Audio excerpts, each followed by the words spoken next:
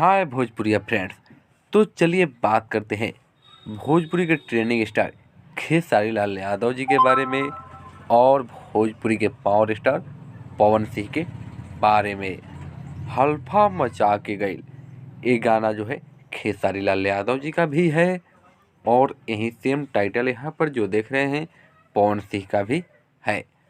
आपको बता दें कि ये मात्र थंबनेल है, लेकिन कोई भी स्टार यानी कि ना खेसारी लाल यादव जी और ना पवन सिंह इस गाने को गाए हैं।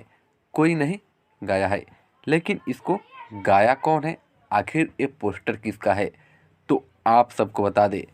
कुछ चंद चुतियों का जो है ये काम है, किसी का फोटो लगाकर किसी गाने का थंबनेल लिखकर भोजपुरी इंडस्ट्री में हरदम विवाद कराना। आप सबको बता दें कि सच्चाई जानने के लिए सबसे पहले भोजपुरी न्यूज़ 99 को सब्सक्राइब करें।